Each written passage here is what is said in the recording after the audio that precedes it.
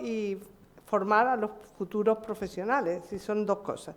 Y para hacer esto es importante que haya un acuerdo entre los que ofertamos educación y las personas que van al final a incorporarse al mercado laboral.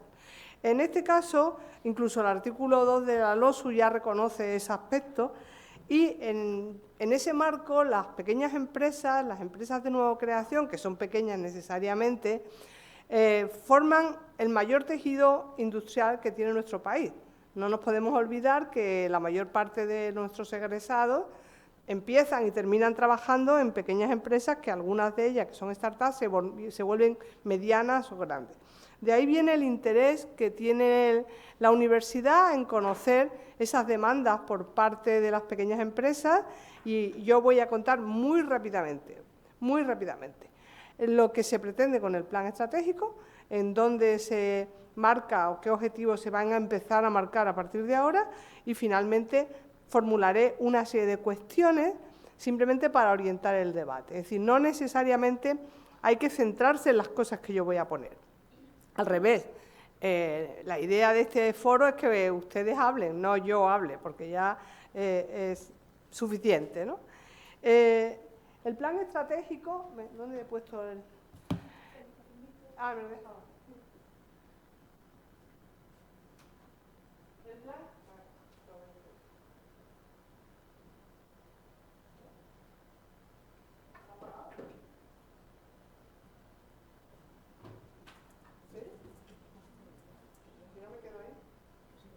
El plan estratégico pretende cubrir el periodo 2024-2030. Son 6 años que alumbrarán o guiarán la forma de actuar del nuevo equipo rectoral y aunque el plan estratégico anterior venció en 2022, el año pasado ya saben que hubo elecciones al rectorado, era imposible crear un nuevo plan estratégico y durante este curso, año natural 2024, se está elaborando este plan que se pretende aprobar y fijar los objetivos para los futuros años.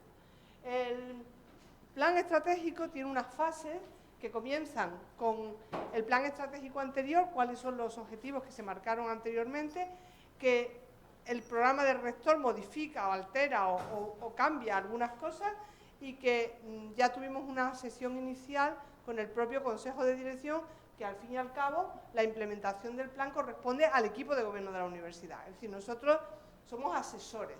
Dentro del proceso estratégico hay una serie de consultas a la comunidad en general, también a los distintos miembros que son claves dentro de la organización, como son directores de departamentos y centros, y también hay una participación individual que le va a dar legitimidad a la aplicación del plan.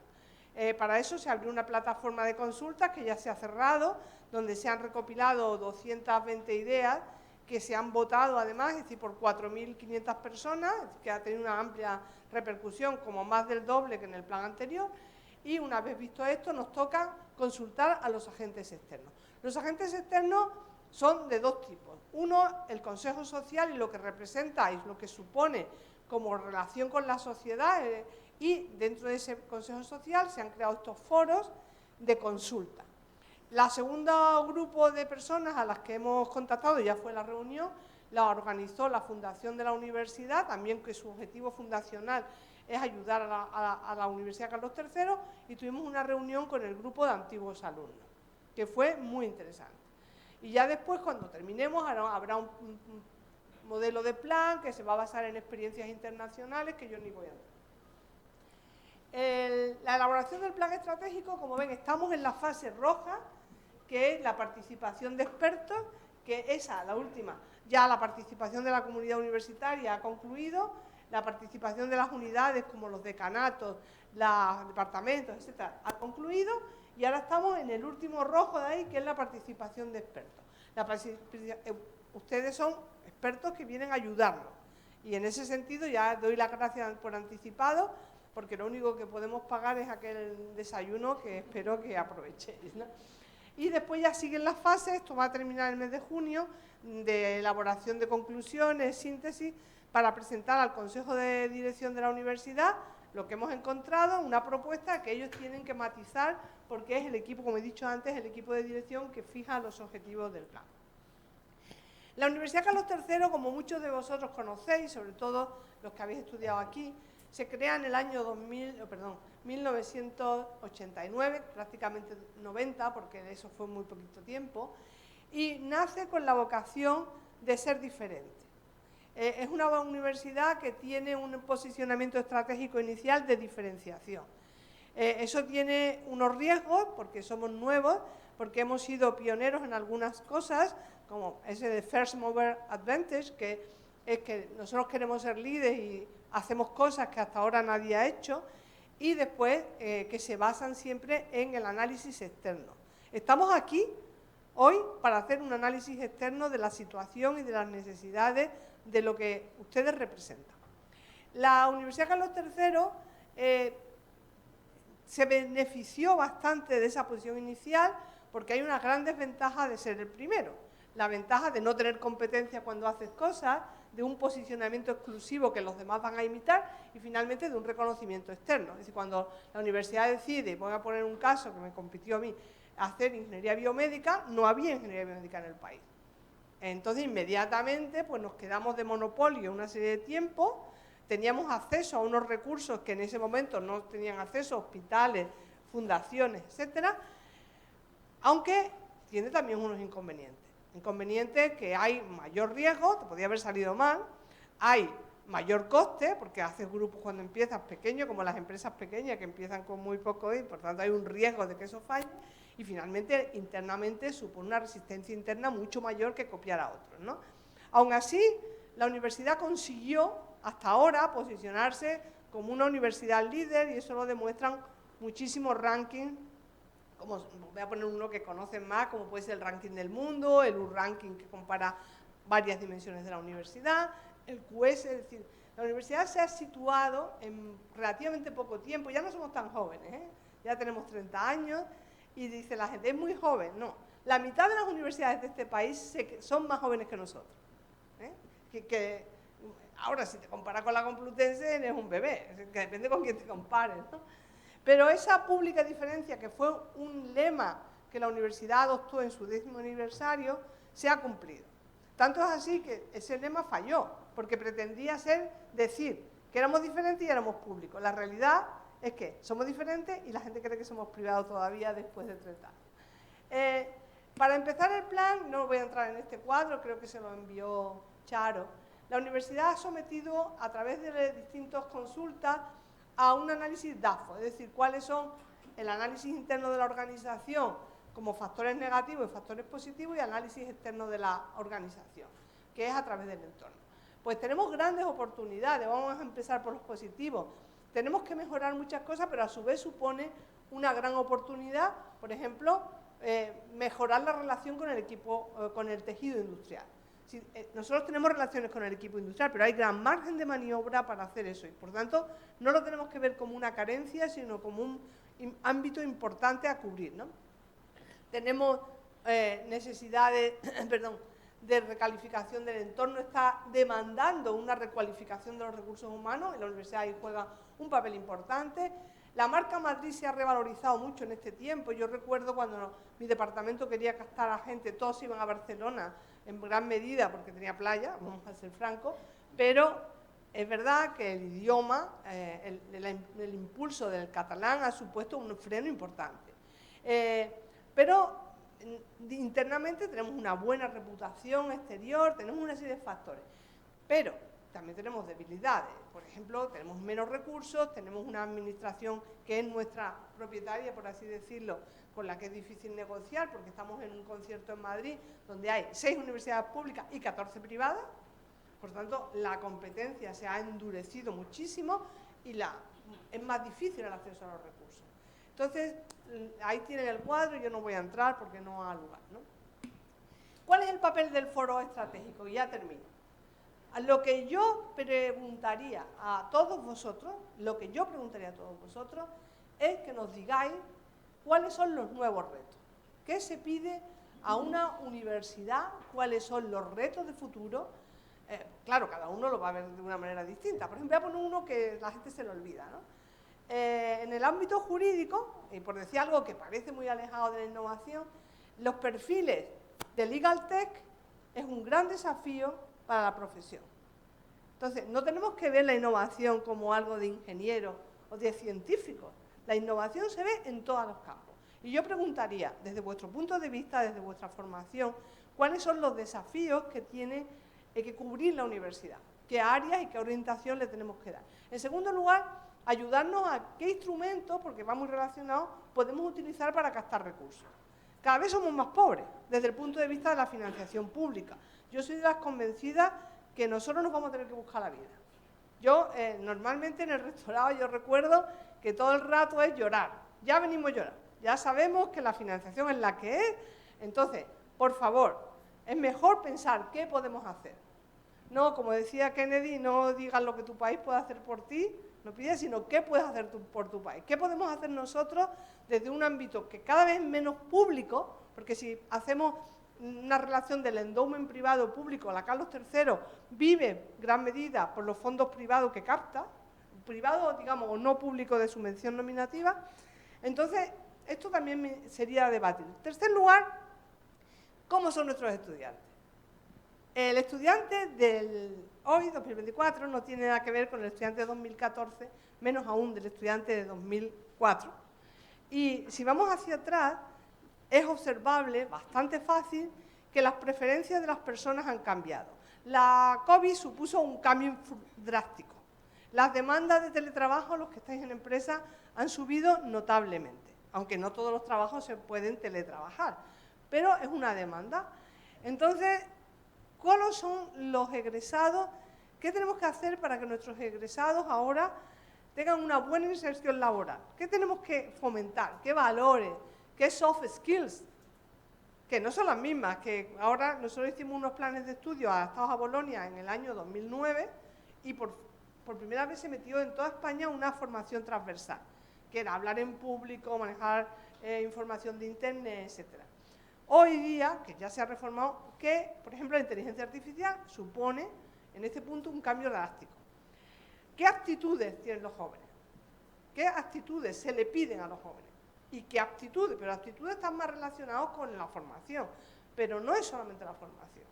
Actitudes como, pues digamos, yo me acuerdo de mi padre, la lealtad, ese tipo de actitudes cambió muchísimo, porque la gente ahora es más orientados a sí mismos, más individualistas, y eso de cara a encajar en una empresa no es tan fácil. Y después sobre la universidad, que esto quizás es más difícil, ¿qué exigencias debería tener, que debería exigir la sociedad a la universidad? ¿Qué papel ha de jugar? El impacto real de la investigación, antes hablaba con Daniel de esto. Nosotros somos investigadores, ¿no? Es como que, y eso es una imagen que tiene la universidad pública en el exterior. Queremos que nuestro artículo tenga muchas citas, que nuestro artículo lo vean gente importante, que nuestro artículo se publique en journals que son muy importantes, y se nos olvida bastante que a lo mejor ese artículo ayudaría a la sociedad a crear valor. Se nos olvida. Eso, España es un típico caso de que la transferencia es uno de los puntos débiles de nuestra economía. Lo que se genera en la academia difícilmente se inserta en la realidad y, exceptuando el País Vasco, que podría ser un buen ejemplo de lo contrario, no tenemos puentes que nos ayuden a pasar el conocimiento a la aplicación. El País Vasco es una gran diferencia. Los investigadores vascos, la mayoría, no son tan famosos, no les van a dar premio Nobel, bueno, a lo mejor a nosotros tampoco, pero están muy orientados al territorio, a lo local, pero ese impacto territorial es fundamental para el desarrollo de la sociedad vasca. La Universidad de Mondragón es el paradigma de lo que es una buena transferencia. Y en segundo lugar, es lo que hacemos nosotros y cómo lo hacemos. ¿Cómo tienen que ser nuestros planes de estudio?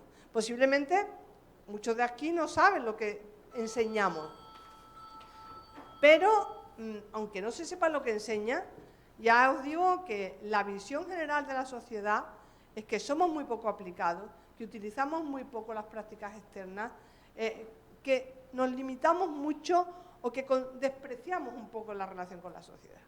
Entonces, esto me gustaría también saber cómo sería un plan de estudios que fomentara esa inserción laboral, que fomentara tener un impacto real, etc. Y dicho esto, y estos son los deberes que tienen que hacer, yo os doy las gracias por anticipado por el resultado de esta reunión. Venga, muchas gracias, vamos a empezar.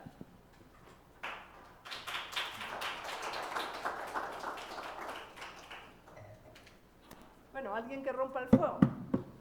Venga, vamos allá. ¿Cómo te llamas? Creo que hay 2 micrófonos, ¿no? Sí, hay 2, aquí hay otro, ¿eh?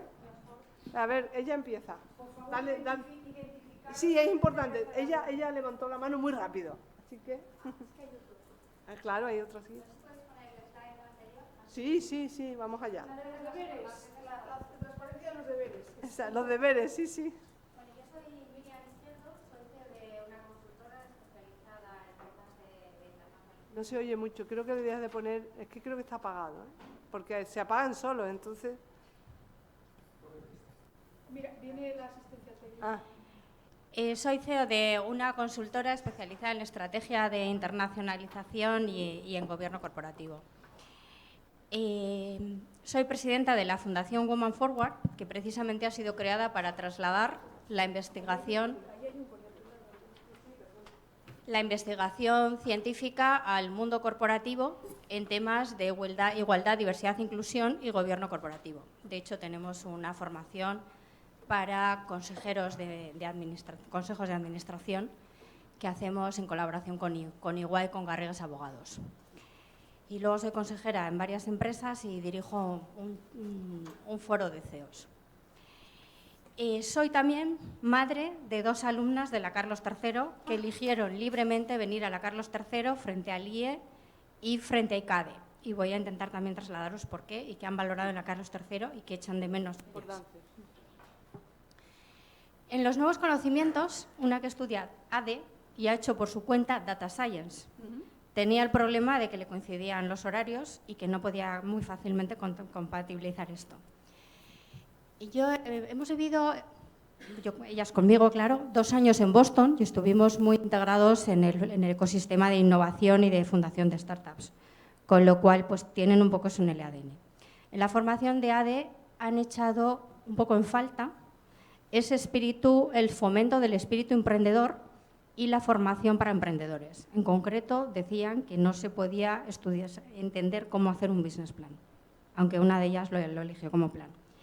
Y yo creo que, dada la cantidad de convenios internacionales que tiene la Carlos III, esto es algo que se podría hacer muy bien, como está haciendo, por ejemplo, la Universidad de París, en concertación con empresas donantes, que podrían fácilmente intentar hacer a alumnos que deseen emprender, poner mucho más el foco para los alumnos de ADE el tema en emprendimiento.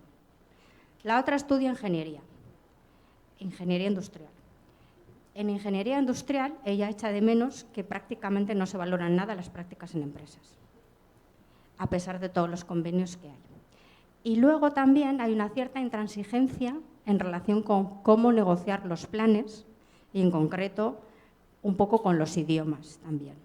Ella, por ejemplo, no ha tenido ninguna posibilidad de irse a Austria y se ha tenido que ir a Alemania porque la Carlos III cambió el requisito del examen del idioma 15 días antes de aplicar. Sobre nuevos conocimientos, yo desde luego creo que la Carlos III tiene una oportunidad de oro con la colaboración de convenios en fortalecer todo el tema de emprendimiento y que eso podría llevar muy bien a hacer más prácticas en empresas. Yo jamás estoy dada de alta para recibir becarios de la Carlos III. He recibido becarios en la fundación del 60% de universidades de Madrid. Nunca he tenido un becario de la Carlos III. Es complicadísimo. Si no vienen ellos directamente, no te envían nadie en prácticas y es la única universidad a la que tienes que pagar ese servicio. Me acuerdo que me llamó una vez un viernes y me dijo que se podía empezar en un lunes. Y como no era posible, pues no hubo la posibilidad. En soft skills, como tengo muchos becarios y muchas personas jóvenes, entre voluntarios en la fundación y demás, y es una cosa que yo creo que es general, hay muy poca resiliencia, que es un requisito vital para el emprendimiento. Y también una falta de tolerancia a la frustración. Entonces, todo esto que sea reforzar esto en soft skills creo que es vital y creo que esto está impactando muchísimo en el hecho de que ahora tengamos 4 o 5 generaciones colaborando en las empresas. Pero sobre todo que hay mucha gente de esta. El otro día me contaban una que había empezado una semana las prácticas y una semana se había ido porque no le gustaba. Digo, pero vamos a ver, en una semana no se ha podido dar ni cuenta de qué es lo que tiene que hacer. Entonces, en actitudes y aptitudes también un poco este tema. Y esa orientación emprendedora en la universidad creo que se podría hacer pues, en colaboración con CEIN, con la COE, con grandes empresas. Se podría hacer un ecosistema que está empezando a ver en Madrid, donde la Carlos III no está participando, incluso con el Ayuntamiento y con el resto de las instituciones. Y creo que la Carlos III tendría que tener un papel como la universidad pública de excelencia mucho más clave en este tema. Y yo creo que esto es todo. Gracias. Tú puedes pasar para atrás, que hay una otra mano. No, tengo. Bueno, me presento, soy Andrés Barrado, soy catedrático del Departamento de Tecnología Electrónica y soy emprendedor también, digamos, por naturaleza, casi. A ver, yo quiero decir varias cosas. Has presentado un cuadro donde aparecen el DAFO. Me faltan, yo metería algunas debilidades y amenazas adicionales que yo, si quieres, te comento en otro momento, pero faltan algunas que... Estos son ejemplos, perdona. Sí, sí. Estos son ejemplos, ¿eh? Vale. El cuadro se ha ido creciendo a medida que se ha ido participando. Lo quería decir porque si no el cuadro era muy grande. De hecho, en la consulta pública que hemos hecho ya hay muchas sugerencias. Claro. No. A mí me interesan sobre todo las amenazas y debilidades respecto del personal docente investigador, que yo creo que ha estado bastante desprotegido y que hay que ponerle mucha atención, ¿no? Pero no me voy a centrar en eso, me voy a centrar en la parte... Yo tengo una visión un poco diferente a la que has explicado, ¿vale? Un poco diferente. Yo no estoy de acuerdo que en la universidad no se haga transferencia, somos muy fuertes en transferencia, pero se ha visto muy mal durante muchos años, ¿vale? Nosotros, mismamente desde mi grupo de investigación, habremos hecho más de 120 proyectos con empresas grandes, pequeñas, nacionales, internacionales, etcétera, y por lo tanto, hoy ahora mismo, antes de llegar aquí, teníamos una reunión con CRISA, estamos haciendo transferencias continuamente. Hacemos patentes y hacemos spin-off, ¿de acuerdo? Entonces, yo creo que hay una parte de la universidad que lleva haciendo eso desde hace mucho tiempo, pero no solamente no es reconocido, no ha sido reconocido, no ha sido impulsado, sino que ha sido mal visto. Y yo te puedo poner muchos ejemplos en reuniones que hemos tenido de alto nivel, incluso desde el tiempo de Daniel Peña, que nos reunía allí en Colmenarejo, donde el hacer la práctica y el acercamiento de la empresa, de la universidad hacia la empresa, se veía como una prostitución, con estas palabras me lo dijeron, una prostitución de la universidad. En ese marco ha sido muy difícil. Desde luego, nunca ha estado presente el emprendimiento en las acciones de incentivos. En los incentivos no están, o muy parcialmente. Y luego, yo me he especializado en el emprendimiento desde el profesorado. Llevo 20 años trabajando en eso. Con Paco Marcellán yo ya estaba trabajando en el emprendimiento con el profesorado y yo he montado 3 empresas, 2 desde aquí, desde la universidad. Entonces, conozco perfectamente la evolución que ha habido desde el 1998-9 que empecé hasta ahora. Estamos muchísimo mejor. Yo no hablo de cómo estamos, ¿eh? Estamos muchísimo mejor. El tiempo ha hecho muchas cosas. Pero... Una de las cosas que hemos ganado enormemente, y especialmente desde el profesorado, es que ahora tenemos una seguridad jurídica muchísimo mayor, pero tiene huecos. Tiene huecos, ¿vale? Y yo creo que habría que revisarlo bien, porque yo he tenido la oportunidad de hablar con muchos profesores que han venido a consultarme, un poco por la experiencia que he tenido durante estos años, y el principal miedo que tienen es que no ven las cosas claras desde un punto de vista de seguridad jurídica. No saben si lo que van a hacer o lo que están haciendo es realmente 100% seguro, ¿no? Porque no es que no sea legal, es que puede ser alegal, es decir, no está muy claro, ¿vale? Entonces yo creo que, por un lado, transmito una primera idea para que hablemos un poco todos, que sí se hace emprendimiento, se lleva haciendo emprendimiento, transferencia tecnológica, desde luego se hace muchísimo, muchísimo, Otra cosa es que la universidad no la haya reconocida, durante muchos años haya estado mal visto y desde luego no haya estado incentivado. Los profesores que nos dedicamos a hacer transferencia tecnológica no tenemos ninguna vía de impulso que nos ayude a potenciarla, por ejemplo, ¿vale? Entonces, eso es un tema que quería sacar como punto de inicio. Toca a ti. Hola. Bueno, yo soy Alejandro Sánchez, que tengo dos gorros en esta sesión, porque por un lado soy recién graduado de la universidad y por otro lado soy el fundador de Unigo, que es una startup que creamos 3 alumnos de la Carlos III hace ya 4 años, en segundo de carrera. Y esos alumnos nos conocimos dentro de Start UC3M, que es la sesión de emprendimiento de la Carlos III. Entonces, comento primero mi visión como emprendedor y también como, digamos, parte de esa comunidad de emprendedores de la Carlos III, en relación justo a los 2 puntos que se han tocado aquí de los otros 2 compañeros. El primero es la complicación que tienen las startups de contratar o de acceder al talento universitario desde el punto de vista de la parte burocrática de qué requisitos hay en orientación y empleo para poder fichar a becarios. Y de hecho, hace 3 años o 4, que formaba parte del equipo directivo de Start UC3M, se presentó por parte de exintegrantes de esta asociación y ya egresados, una propuesta de una vía rápida para startups, porque se veía que en el listado de empresas a las que tú puedes acceder en muchos de los campus de la Carlos III para hacer tus prácticas como estudiante, la mayoría son multinacionales, son empresas muy grandes, y que al fin y al cabo eso hace que un estudiante, y eso lo puedo ahora mismo confirmar por mis compañeros, acaben todos en lo mismo, que son en las 4 Torres o en sitios muy concretos, que eso está genial, pero no es para todo el mundo, y desconocen que existe el mundo de las startups. O sea, yo creo que ahí sí que hay una vía hay que facilitar los procesos para captar, o sea, que estoy de acuerdo con esa parte. Y luego lo segundo, dentro de mi experiencia emprendendo y estudiando, yo creo que hay una oportunidad enorme, porque es una cosa inédita en España, de crear un régimen especial para emprendedores universitarios. ¿En qué sentido? Existe el régimen especial de deportistas de élite, que es decir, una persona que cumple una serie de requisitos mínimos tiene una docencia especial. Pues de esa forma yo creo que se podría atraer muchísimo más el talento emprendedor a la universidad y de alguna forma incluso incentivarlo dentro de la universidad. ¿En qué sentido? Pues oye, pues yo si yo empiezo 2 años de mi carrera y de repente hago unas prácticas en una startup, descubro que es una startup, quiero desarrollarme creando yo mi propia startup, pues tengo una serie de facilidades para poder crearla. Es decir, existe ese talento, pero creo que los emprendedores de la universidad muchas veces, salvo cuando llegamos a final de curso, digamos, de nuestra carrera, con el TFG Emprende, existe el servicio de emprendimiento, nos sentimos muy poco escuchados en el camino. Entonces creo que ahí hay una buena oportunidad. Y ya por último, en la parte de planes de estudio, que ahí también puedo comentar un poco la experiencia, porque al final nosotros, Unigo, se dedica a conectar estudiantes de bachillerato con universitarios y escuelas de FP, por lo tanto, estamos cansadísimos de escuchar la realidad de los estudiantes. Muchísima gente acaba la carrera por acabarla. Es decir, la frase de la voy a acabar porque ya la empecé es hiper repetida y hay muchísimos planes de estudios que no están adaptados a lo que luego en el mundo laboral se encuentran y genera frustración.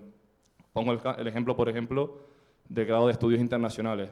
Muchos de los que hemos hecho ese doble grado de estudios internacionales con lo que sea o el grado por su cuenta sienten una frustración enorme al ver que realmente es una formación súper bonita, aprendes, pero realmente luego no tiene el retorno que tú buscas, que es la inserción laboral, porque existe una ignorancia muy grande cuando tú eres joven sobre qué es lo que te pide el mundo laboral. Entonces yo creo que esas son las 3 líneas que plantearía. Régimen especial de emprendedores, vía rápida de captación de las startups, y luego, pues, en esa parte de ajustar los planes de estudios, creo que sería interesante preguntarle al tejido empresarial, pues, qué hace que un estudiante sí y que otro no, para básicamente redefinir esos planes.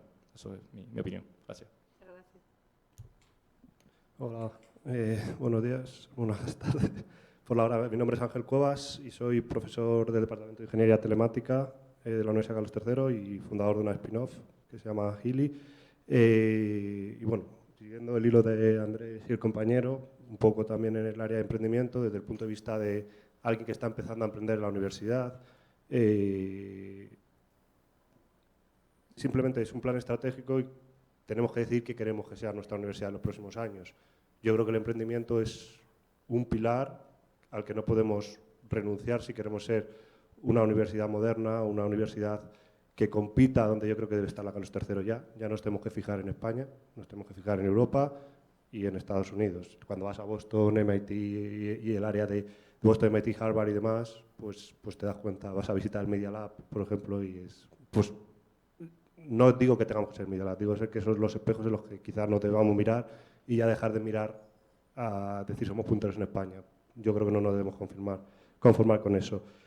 ¿Y cuál es la experiencia un poco que hemos tenido en el proceso de formación de una spin-off en la Carlos III? Es la sensación de que la universidad, en vez de tener viento de cola, tenemos viento de frente. Entonces, lo que encontramos son barreras más que ayudas. Y voy a intentar poner cosas muy concretas que yo creo que ayudarían a incentivar, porque yo creo que el talento está tanto en el estudiantado como en el profesorado para emprender. Uy, se ha callado. Hola. Así. Ahora. Y lo tenemos. Y es un problema, para mí es un problema de incentivos, tan claro como eso. Ahora mismo los incentivos que tenemos para emprender son prácticamente cero, porque, y un poco, bueno, Andrés tiene mucha más experiencia, pero un poco lo que encontramos es, tú ahora quieres emprender, la universidad quiere que emprendas, o sea, sí queremos que emprendas, pero no te vamos a aportar nada. Es decir, tú haces toda tu carga de docente, toda tu carga de investigación, toda tu carga administrativa y luego, pues, en el rato libre que tengas, emprendes. Pero eso no funciona así, es muy complicado. Entonces, creo que hay que poner incentivos concretos y pragmáticos que permitan al profesorado, en el caso del estudiantado, que lo conozco menos, emprender. Cosas muy sencillas. Reducción docente. Quien emprenda puede tener acceso a una reducción docente y estoy totalmente de acuerdo que eso esté enmarcado en KPIs. Es decir, yo te puedo dar una reducción docente durante 1 año, 2 años y revisamos cuáles los beneficios que la universidad obtiene de eso, sea vía licencias, vía retorno por patente, vía valoración de la empresa. Si las acciones de la universidad pasan de valer 1.000 euros a valer 200.000 euros, pues la empresa está generando valor para la universidad. Entonces, estoy de acuerdo que se nos evalúa a los emprendedores para poder tener acceso a esos beneficios en los cuales ese emprendimiento supone un paso adelante para la universidad y un beneficio para la universidad. Y podemos hablar de otro tipo de incentivos, como el parque tecnológico nos apoya y como la visión que ahora tenemos del parque tecnológico es, pues bueno, que hay que pagar cierto impuesto porque la universidad sea, y quizás a mí no me importaría pagar ese dinero o más dinero y tener una serie de servicios que pueden ser, pongo una idea sobre la mesa que es muy tonta, pero cuando estás formando una spin-off, aparte de toda la parte tecnológica y demás, hay una carga administrativa de gestoría, de cosas de ese estilo, que es brutal. Entonces, un servicio de gestoría de la universidad que dé apoyo en tareas muy sencillas administrativas a la universidad puede ser cost-effective y a lo mejor se puede subir el canon, pero tienes un servicio paralelo que está especializado en el contexto de la universidad y del emprendimiento de la universidad que permita a las empresas tener esa parte cubierta y que nos preocupemos por lo que nos tenemos que preocupar. Entonces, yo creo que es una pata muy importante de la universidad. Hablo de la parte de emprendimiento, luego en otros foros podré hablar de otras cosas, pero creo que deberíamos sentarnos y plantear un esquema de incentivo real para que la gente emprenda. Pues yo tengo 42 años y con 42 años de decirte a emprender con familia y todo eso, estamos poniendo tiempo de nuestra familia, tiempo de muchas cosas para poder hacer esto. Entonces, pues entiendo que mucha gente diga, es que no me merece la pena con los riesgos que conlleva, los riesgos económicos que asumes, etcétera, etcétera, pues no veo que exista ese sistema de incentivos. Claro, sí, permíteme. Yo creo que estamos focalizándonos muchísimo en el tema del emprendimiento, de la formación de emprendedores. Me gustaría ampliar un poquito el foco y hablar de otros temas en los que las pymes pueden colaborar de manera muy directa, pensando en una universidad del año 2030, una universidad que tiene que competir en un entorno de universidades públicas y universidades privadas, que tenemos la formación dual en puertas, que tenemos microcredenciales. Y en ese sentido me gustaría, aprovechando la experiencia de Sara Molero desde su posición de secretaria general de CEIM, darle la palabra básicamente para que abras un poco el foco y no en perjuicio de la cantidad de experiencias que vais a comunicar el resto de las personas, pero me gustaría ampliar un poquito el foco y me gustaría invitar a Sara a que participara en este momento.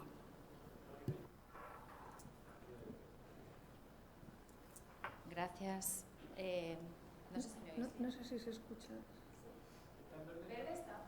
Sí, vale. Voy a intentar tocar porque claro, es que aquí hay muchos melones. Voy a Bueno, intentar lo tocar importante, todos los lo tips importante. que nos llegan. Vamos a ver, competencias. Nos llegan que va a ser clave, y ya lo es para los profesionales de hoy, aprender, desaprender y volver a aprender. Es decir, hay que inculcar a los jóvenes que van a rotar en sus profesiones, que van a tener, como digo yo, que redecorarse muchas veces a lo largo de una vida profesional que cada vez va a ser más larga. Entonces, no pueden perder la inquietud por aprender. Y esa inquietud la tienen que traer puesta. Las empresas les van a formar, pero les van a formar muy en temas de negocio. Pero en esas cosas que solo cada uno sabemos que son debilidades nuestras, tenemos que tener la inquietud por no dejar de aprender. Competencias que nos trasladan las empresas, aparte es verdad de esta cierta poca tolerancia a la frustración y estas prisas que tenemos todos, ellos también, por promocionar, por ganar, por ser jefes, casi cuando acaban de pisar la empresa. Pero hay varias competencias que sí que nos insisten mucho, que notan ciertas carencias. Oratoria, competencias lingüísticas, es decir, hay muchas profesiones, y esto nos lo dicen mucho en la parte de STEM, de físicos, matemáticos, ingenieros, que son súper potentes en conocimientos técnicos, pero al final muchas veces hay que plasmar esos conocimientos en un informe que tiene que leer un tercero y que tiene que entender un tercero que no tiene a lo mejor la potencia técnica de ese que ha de trasladarlo.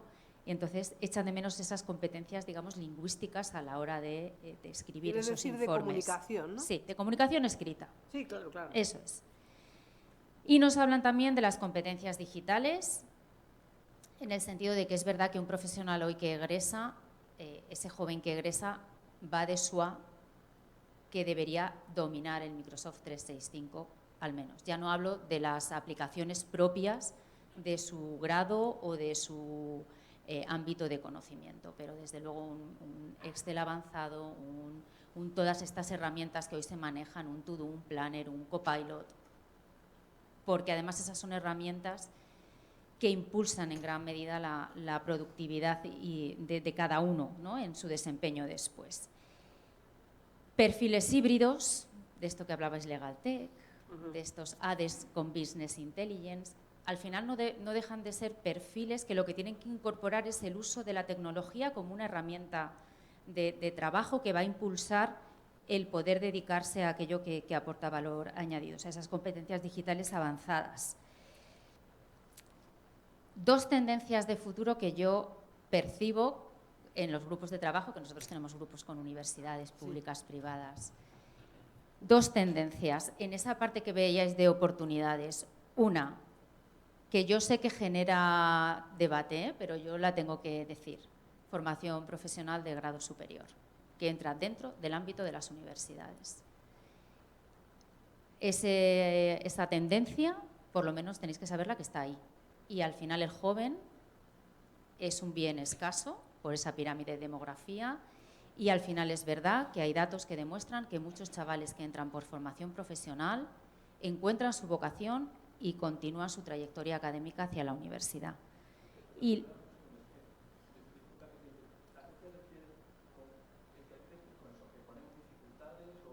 no, se decide que lo que he entendido yo es que la universidad proporcione ese tipo de educación, ¿no? sí, es lo que quiere sí, decir. que incorpore. Claro. Ahora, lo habitual, Lo están vamos, los haciendo grados es lo universidades. habitual. Hay universidades que ya empiezan a entrar también Sí, sí. en esos grados de formación Sí, sí, profesional sí. de grado superior, porque entra en el ámbito... Sí, sí, es como después del bachillerato. Exactamente. Es como el Sí. antiguo grado intermedio. Grado... Sí, Ya lo están Sí. haciendo, legalmente no podemos suministrar esa información porque nosotros somos grados universitarios, pero sí se podría articular a través de la fundación de la universidad, por ejemplo, creando un centro. ah, No, el paso Sí. también está legalmente establecido. Eso. Sí. Sí, claro. Muchos entran a FP desde la EBAU, no te equivoques. Sí. Hay una gran preferencia por la FP. Ah, por eso, exactamente. Lo que me refiero que entra, digamos, en igualdad de condiciones como si viniera de bachillerato. No, tienes convalidaciones en algunas áreas. sí, También. Ya creo que hay reserva de plaza para los chavales Sí. que tienen esa titulación. Hay reserva de plaza y hay, por ejemplo, el caso de la Guardia Civil, que conozco más, los suboficiales que estudian en Baeza, que son suboficiales de la Guardia Civil, han hecho, es equivalente a formación profesional. Y ellos pueden entrar directamente al grado superior, que es el que se da en Aranjuez, con unos requisitos de convalidación de los 2 primeros cursos. No quiero entrar en detalle porque no es el caso. Vale, y la otra tendencia es la parte que viene después, que la habéis pincelado un poco con la parte de microcredenciales, es decir, formar al egresado. Y de verdad, yo ahí, y lo digo muchas veces, digo, es que ya quisieran muchas empresas, muchos centros, tener esa bolsa de alumnos egresados con los que están en contacto para saber, oye, las tendencias de tu profesión van por aquí. Entonces, mantente formado con nosotros, que vamos, yo lo digo egoístamente, o sea, yo estudié en la Politécnica, estudié ingeniero agrónomo, nunca en la vida la universidad me ha dicho nada de cómo mantenerme actualizada y es una pena, porque al final todos salimos de verdad con mucho cariño hacia nuestras universidades y con ganas de devolver y de recibir. Entonces, yo creo que ese nexo hay que trabajarlo con ese sentido de formar a esos egresados una vez que están en el mercado laboral. Y luego quería comentar 2 cosas más, por supuesto, si hay cualquier cuestión, porque es verdad que, claro, nos llega mucha información en CEIM y este tema nos preocupa porque ya sabéis que el déficit de talento se ha hecho extensivo ya a cualquier sector y a cualquier profesión. ¿Qué nos ha preocupado a nosotros? Y yo ahí creo que la academia tiene mucho que hacer. Nosotros el año pasado hicimos un estudio entre jóvenes y les preguntamos qué pensaban del mercado laboral. ¿Qué cosas echaban de menos? Más prácticas, tema idiomas y temas competencias digitales. Pero es que luego les preguntamos cuáles son tus 3 profesiones favoritas. Cuando a ti, dime las 3 que más tal. Bueno, pues ahora agarraros. Médico, profesor y policía. Y esas son sus 3 primeras. Y entonces, ¿qué pasa? Que más del 64% de los chavales nos dijeron que es que no conocían, no tenían una orientación que de verdad de jóvenes, cuando tienen que tomar decisiones importantes, que las tienen que tomar muy jóvenes, no lo hacen con criterio, no lo hacen conociéndoos. Os conocen en muchas ocasiones cuando ya están en bachillerato, ya han tomado decisiones académicas, ya han descartado desarrollos profesionales con esa decisión y os conocen en unos momentos que su tensión es otra, ya lo sabéis. Están, pues eso, las hormonas revolucionadas y solo piensan en junio en el examen de la EBAU, Dios mío, si me va a dar o no me va a dar. Perdona, lo que te quiero referir, creo, es a una orientación académico-profesional, pero temprana. Temprana, efectivamente. Que no se entendió porque temprana. las universidades hacen un esfuerzo. Lo sé, pero temprana. Temprana. Sí, Eso es, porque temprana. una vez que en cuarto de la ESO cogen las optativas que hay, Ya es tarde. ya está marcado. Sí, Ya- estoy ya de acuerdo está. contigo, pero es Ya que está. muchos no lo saben. Es verdad porque- que la comunidad está trabajando en un programa que se llama Brújula, que pretende que haya un sistema, una política educativa de orientación a edades tempranas, es decir, que empiecen a hacer y ver cosas desde primaria. Es verdad que nosotros desde CEIM también lo estamos impulsando poco a poco con las empresas que también tienen que comprometerse en esa orientación, pero es verdad que los jóvenes no van a elegir lo que no conocen y conocen de media 10 profesiones que son las que les rodean.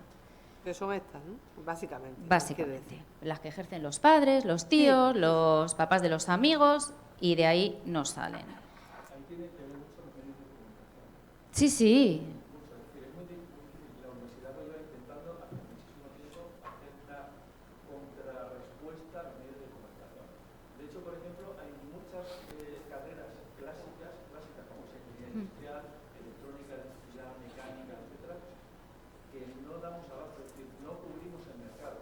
Claro, no. Bueno,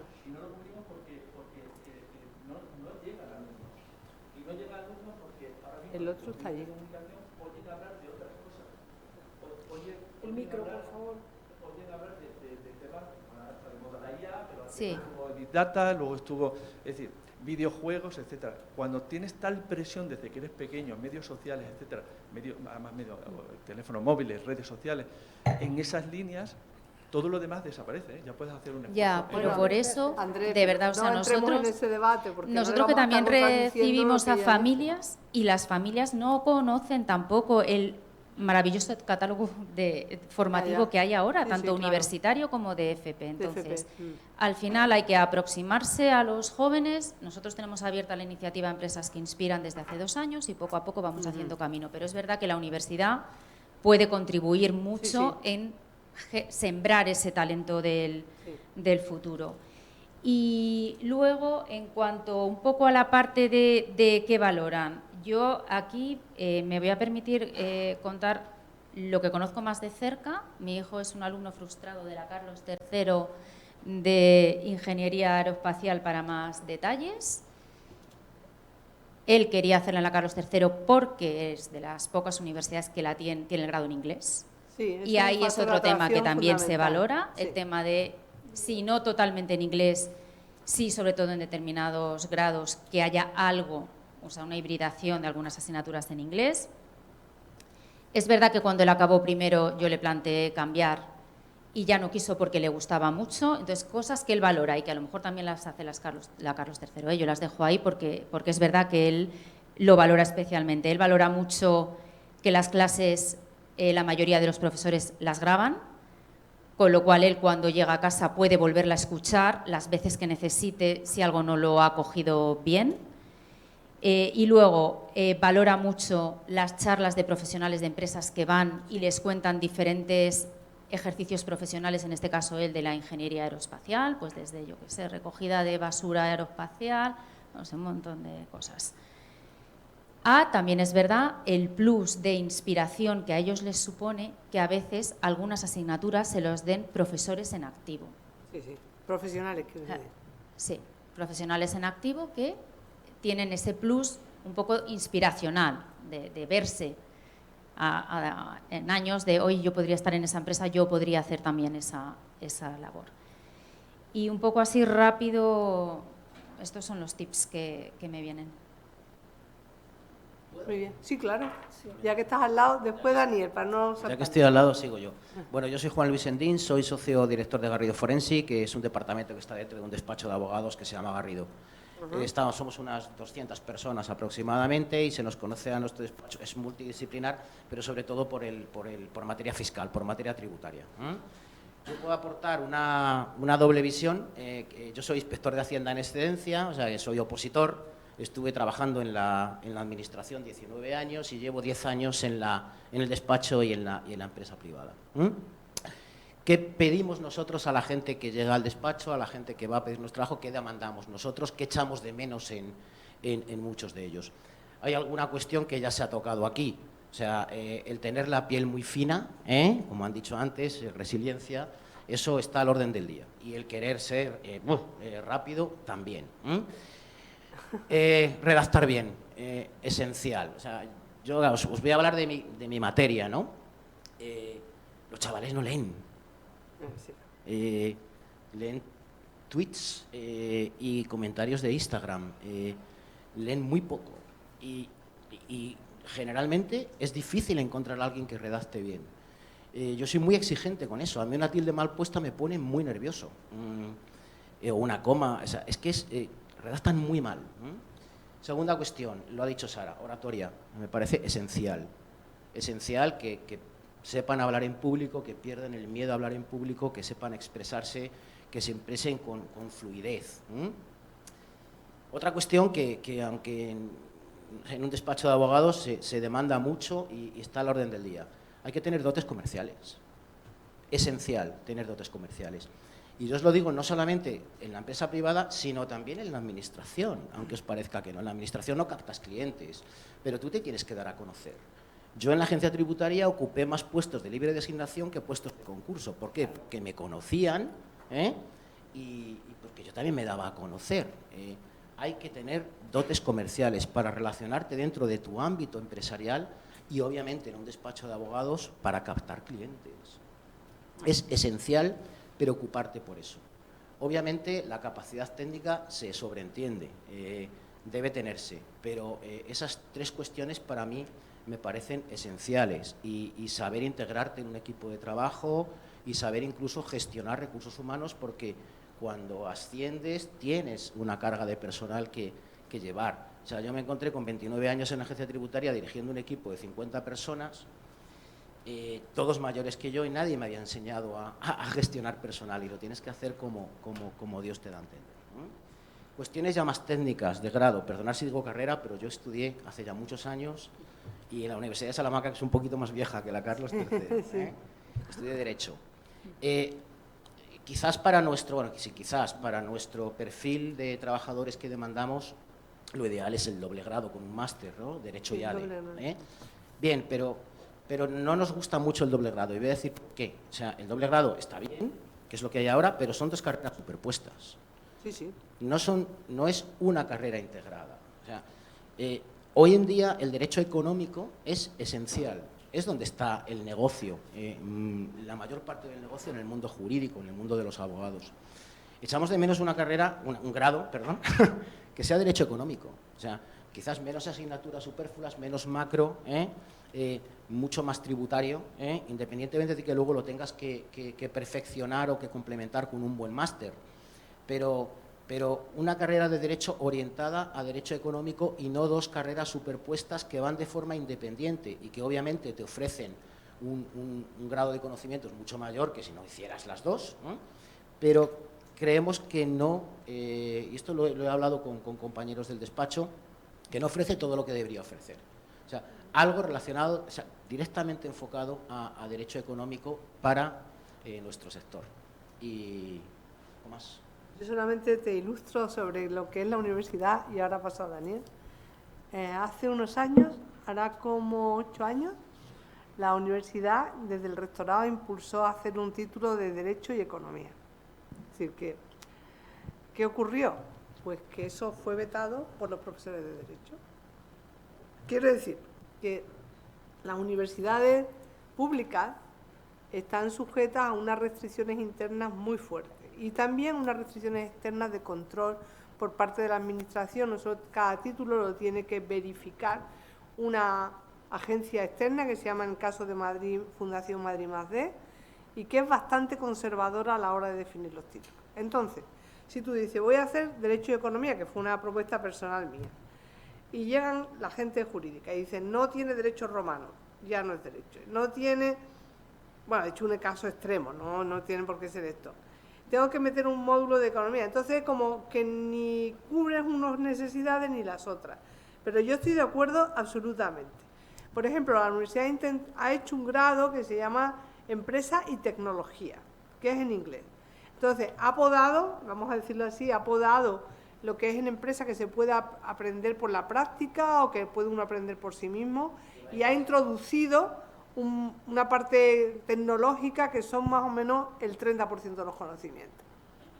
Esta gente que ha terminado esta carrera, yo creo que son ahora mismo los de mayor empleabilidad y de movilidad del país ahora mismo. Bueno, ahí hay un Tengo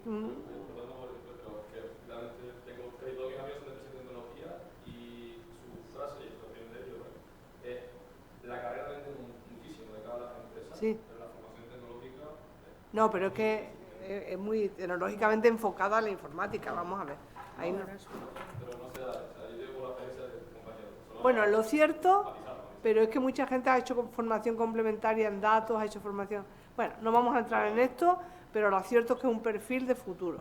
Hay otra carrera que es estadística y empresa, que ahora van a cambiar, pero la idea es un poco hacer estudios integrados, como tú bien dices, porque esto se tiene que complementar con un máster. Indudablemente el mundo es grado y máster, no es doble grado. Bueno, eso lo tendrá que decir. Hay un precedente en las universidades de toda la vida, había una carrera de Derecho Económico, Sí. de todos sus graduados. Bueno, yo Sí. yo estudié eso. Sí. Sí, no, ya lo sé, pero ya digo que se frustró. A ver, Daniel García. Ah, el Vante. Vale, soy Jorge Frías. No te oigo. Hola, hola. Ahora. Acércate el micro. Tienes que acercártelo. No. Claramente. Acércate el micro, por favor, sí. Hola, me llamo Jorge Frías. Terminé la universidad hace 8 años, 6 si consideramos los másters, y monté una startup por mi cuenta, intentando buscar también ayuda en la universidad y todo eso. Y hice ingeniería informática, y la startup fue fatal, entonces ahora estoy trabajando en empresa privada. Entonces, para que tengáis un poco de contexto también de mi visión completamente sesgada del asunto. Sí. Vale. Lo primero que yo recomendaría para apoyar a lo que han dicho ellos dos, sin duda, hacer que todos los estudiantes tengan conocimientos de otros campos. Yo hice ingeniería informática, no sabíamos absolutamente nada de marketing, no sabíamos absolutamente nada de hablar en público, no sabíamos absolutamente nada de negocio, y eso está bien y está mal. ¿Cuándo empieza a ser un problema? Directamente, cuando quieres montar una startup es un problema en absoluto, porque no tienes absolutamente idea de absolutamente nada, aparte de tu pequeño nicho, que normalmente comprende como mucho 1/3 de lo que quieres hacer. Y si trabajas en una empresa, si trabajas de ingeniero raso y demás, es perfecto, porque eres excepcional en lo que haces. Pero en cuanto pasan 5 años, pasan 2 años, dependiendo de cómo seas, has llegado a tu límite, empiezas a tener problemas, empiezas a ser no capaz de transmitir tus ideas con otros stakeholders. Tienes una charla con el dueño y no sabes explicarle por qué a nivel tecnológico deberían invertir dinero y no perder oportunidades. Esto lo he visto en montones de amigos míos que no son capaces de hablar con los de negocio, no son capaces de tener una conversación con ellos, son todos idiotas. Y no, los de negocio son extremadamente inteligentes. Lo único que no estáis hablando el mismo idioma ni siquiera veis los mismos valores. Y eso es uno de los problemas que yo he experimentado, es de los que he tenido, que me ha costado salir de ese agujero bastante. Y esa es la primera que yo os diría que deberíais centraros en hacer. Perdona, una cuestión. ¿Estamos hablando de grado o de máster? Porque Grado y máster, no, igual. Pero es que existe un producto en el mercado que se llama MBA, que la mayor parte de sus clientes, vamos a decirlo así, son personas con un conocimiento técnico en cualquier área y que hacen 1 año o 2 años, dependiendo, para hacer eso. Eso Sí. no lo va a cubrir un grado. Sí, estoy totalmente de acuerdo. Quiero decir, para aclararnos, ¿no? No estoy diciendo que tengan que ser con conocimiento de negocio, no estoy diciendo que tengan que saber cómo llevar una empresa a una evaluación de $1 millón o de 100.000 millones de dólares. Es más saber comunicarse con otros campos. Ser capaces de, por ejemplo, tener profesores de marketing en ingeniería, que no sé cómo encajaría dentro del currículo. Sé que tenéis problemas enormes con la ley, con los planes, etcétera. Bueno, no, eso es en este punto concreto la universidad podría aumentar su formación transversal. Claro, ahí, pero eso. ser capaces de que comprendan cómo otros ven las mismas actividades, cómo Sí. otros ven el mismo camino hacia adelante, que todos quieren llegar al mismo punto, pero cada uno ve un camino distinto y no son capaces de comprender los caminos paralelos que el resto están viendo. Ese es uno de las que yo me centraría en intentar solucionar. Dentro de esto mismo, hay otro de los problemas ya dedicados más un poco hacia las startups, tal vez de la universidad, que sé que íbamos a irnos de ellas, es no conocemos a gente de otras carreras. Yo era ingeniero informático, conocía gente de ingeniería informática y como mucho conocía gente de alguna carrera de ingeniería. Pero ni mucho menos conocía a alguien que supiera de marketing, ni mucho menos conocía a alguien que supiera de legislación. Entonces, ese es otro de los problemas, que también pueden ser por dificultades geográficas, por los diferentes campus en los diferentes sitios, pero también no existe ese esfuerzo de hacer que se conozcan, de hacer que, no sé, asignaturas en común, no tengo ni idea. Si yo hubiera tenido asignaturas en común con gente que estudiaba marketing, a lo mejor habría tenido esos contactos de marketing. Y aunque no sea dentro del currículum, podría haber sacado conocimientos, aparte de discutir con ellos, de hablar con ellos, etc. Entonces, esto es el primer punto que quería comentar. Y luego el otro, dedicado a startups y demás, el principal problema que yo veo es financiación. Todas las demás ayudas, etcétera, pueden desaparecer si las startups tienen dinero en el bolsillo. Ayudas a nivel de pymes, de presentar cosas a Hacienda, etcétera. Eso da igual si tienes dinero en bolsillo y puedes pagar a un gestor. Siempre que tengas dinero, da exactamente igual. Creo que la universidad no hace un buen trabajo en ayudarte a conseguir dinero. Desde luego, España no es un sitio bueno para conseguir financiación de capital riesgo de verdad, porque no existe el entorno este que todos nos venden que podemos ser California. Todos los fondos de financiación españoles son de mentira, porque no tienen el volumen para ser un fondo de financiación de la idea de un fondo de financiación. Entonces, creo que podríais hacer un esfuerzo, o que tendríais mucho músculo en ser capaces de conseguir otros canales de financiación para los estudiantes, para las pequeñas empresas, incluso para los spin-offs que salen de la universidad. Si sois capaces de poner en contacto empresas que tienen problemas y startups pequeñas o estudiantes que quieren buscar o crear soluciones, que muchas veces las empresas es porque no tienen el conocimiento, no tienen los recursos, no tienen el focus, pero son productos relativamente pequeños que un grupo de estudiantes, de 3 o 4 estudiantes durante un tiempo pueden hacer, eso es financiación. Eso, van a estar pagándoles dinero por ese producto y van a conseguir despegar. Y no van a necesitar ayudas de ningún tipo porque tienen pasta en el bolsillo. Entonces, si sois capaces de conseguir que las empresas se pongan en contacto con estudiantes y estudiantes que sean capaces de promover, de proporcionar productos a ellas, sin que vosotros hagáis más que poner el sello o lo que sea, sería maravilloso. Y creo que otra cosa que también podréis hacer a lo mejor es intentar jugar un poco la mano de que sois una universidad y dais responsabilidad social corporativa a la empresa. Sí. Eso podríais jugarlo de narices, porque lo que estáis diciendo es, si inviertes en mis startups, te solucionen el problema mejor o peor, vas a tener el sello de la Carlos III. Te vamos a invitar a este tipo de eventos, vas a ser ponente, vamos a subir fotos, vamos a poner links en nuestra página web diciendo lo buena empresa que eres, que apoyas a nuestros estudiantes. Yo ahora estoy en una empresa privada, si tenemos el sello de la Carlos III, eso nos da un montón de caché. Eso es una opción a valorar a la hora de decir, oye, vamos a comprar este producto a esta gente, porque si el producto no llega a funcionar bien, a lo mejor somos capaces de conseguir marketing a cambio. Y eso es algo que podéis ayudar y es gratis para vosotros. No tenéis que hacer absolutamente nada, no tenéis que invertir dinero, no hay que conseguir fondos de nadie. Simplemente es poner en contacto y el sello. Esa creo que sería una oportunidad gigantesca que tenéis en manos, que podríais hacer y que podría ayudar a montones de pequeños emprendedores en la universidad. Y eso es absolutamente todo. Gracias. Muchas gracias. Pasa el micrófono detrás. Ay, gracias. Ana quería hablar. Espera, que no tenía hace mucho tiempo. Termina, Daniel, adelante. No, no. Sí, adelante. Bueno, yo soy Daniel García y es un poco quería sobre todo complementar cosas que se han hablado y algunas propuestas concretas, ¿no? Con 3 gorros quizá, uno como profesor titular en la universidad, otro como cofundador de una spin-off y otro que me gustaría comentaros como desde hace un mes secretario general de la Academia Joven de España. Entonces, algo que ha comentado Ángel, es verdad que en todo el proceso de constitución de la empresa yo no tengo ninguna queja porque la gente del Servicio de Emprendimiento e Innovación, al menos a mí ha sido un trabajo de escribirles a la 1 de la mañana y contestarme a las 2 de la mañana. Eso es algo que quiero aclarar, ¿no? Que no es ninguna queja al servicio que dan. Quizás sí que hace falta más personal y sobre todo algo que yo he echado en falta, que en mi caso sí que lo tenía porque uno de los cofundadores estaba especializado en estos temas, es sobre todo la parte legal. La parte legal, sobre todo de ciertas cosas, por ejemplo, no sé vosotros, nosotros constituimos antes de que entrara a la universidad, porque si no, no tienes acceso a las financiaciones tipo Neotec o otras del estilo. Entonces, ahí hay un periodo de vacío legal que yo he tenido la suerte de contar con la experiencia de un cofundador que se dedicaba a montar empresas. Pero si no, yo ahí me las habría visto, bueno, no acabó la frase, os dejo a...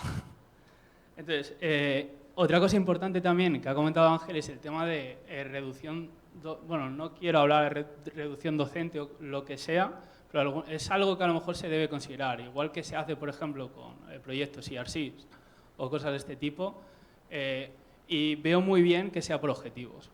Es decir, no montar una spin-off ya te da derecho quizá directamente a esto, pero sí que haya ciertos elementos, ¿no? Una base con ideas claras, objetivos claros, que si lo vas consiguiendo te den esa... Y quizá esto se pueda ligar, ¿no? a cómo retribuye a la universidad. Cuánto estás metiendo en términos no solo económicos, también de imagen o difusión, etc. Luego, volviendo a una cosa concreta sobre Jorge, ¿no? Que ha hablado Jorge, yo el año pasado estuve... Bueno, el año pasado, el anterior, no sé...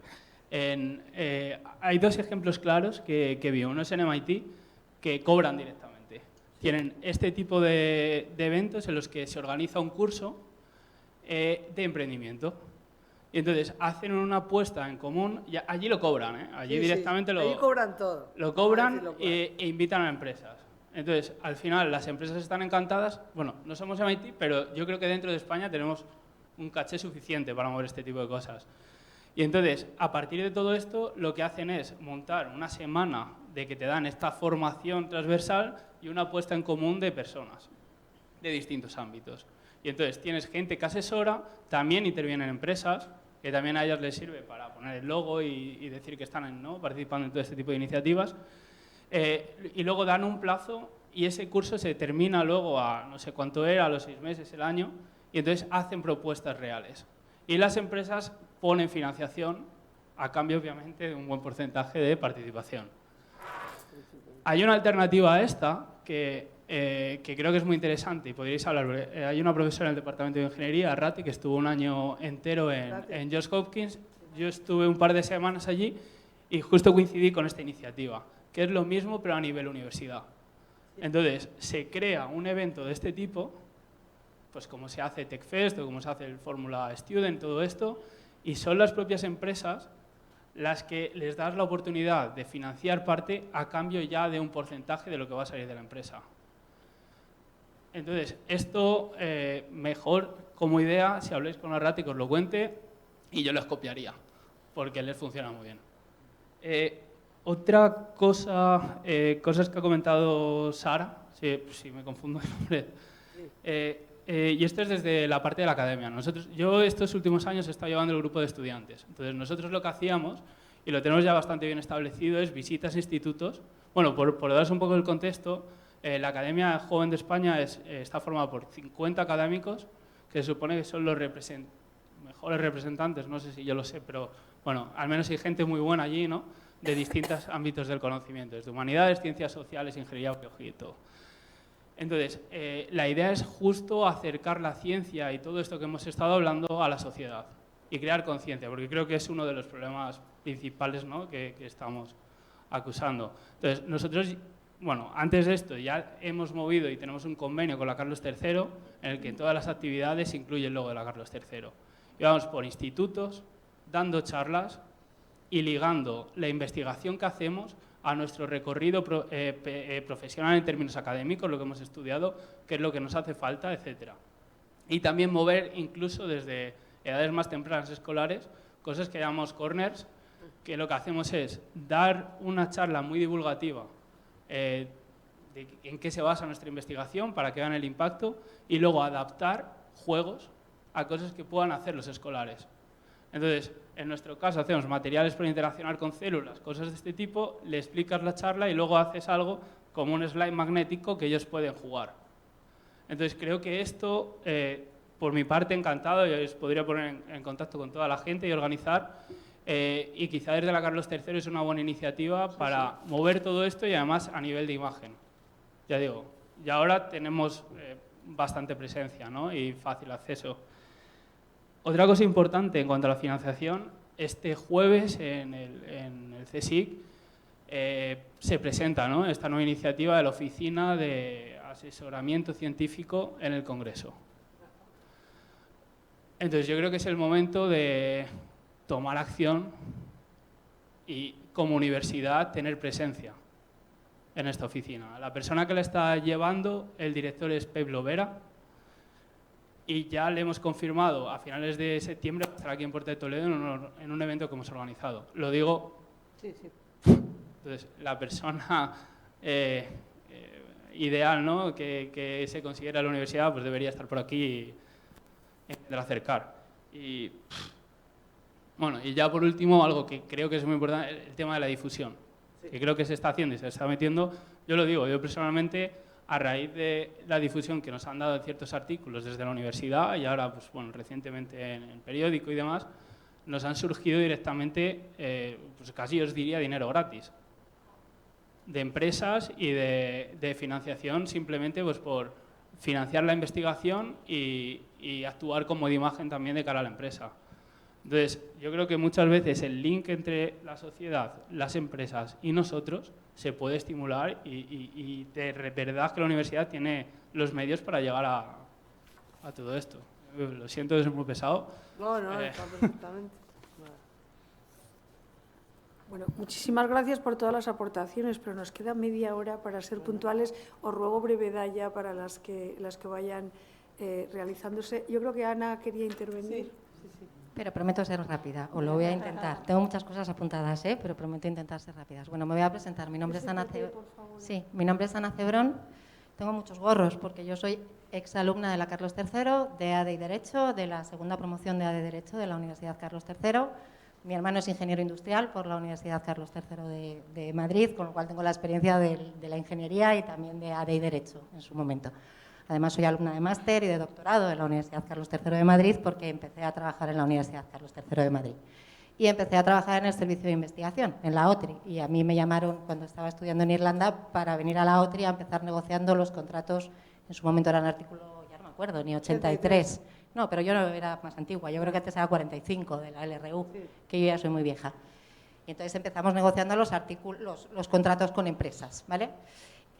Y bueno, he tenido muchos años trabajando en investigación, después he pasado unos años en el área de internacional de la Universidad Carlos III de Madrid y acabo de volver al Parque Científico y soy directora del Servicio de Emprendimiento e Innovación. Llevo poquito tiempo trabajando con mucha gente que hay aquí, pero bueno, con mucho gusto de volver a estos orígenes. Entonces, he ido recopilando una serie de ideas que simplemente quiero compartir, ¿vale? Desde el punto de vista de mi experiencia como alumna de ADE Derecho, e intento contestar a los temas de formación sobre Derecho y Derecho y Economía.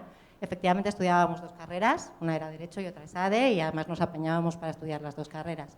Pero uno de los problemas que yo he tenido luego cuando he salido de la carrera y he trabajado en despachos de abogados y con gente que ha estado en despachos de abogados o con gente que solo tenía la formación jurídica, es que no sabían hacer una regla de 3, era tan básico como esto, o un porcentaje, ¿no? Entonces, es verdad, y es así, sabían mucho de leyes, sabían mucho pero no sabían hacer un simple cálculo matemático, ¿vale? Entonces, los que salíamos de haber hecho ADE y Derecho o los que salíamos de haber hecho Economía y ADE, por lo menos esa formación básica en ciencias, sí la teníamos.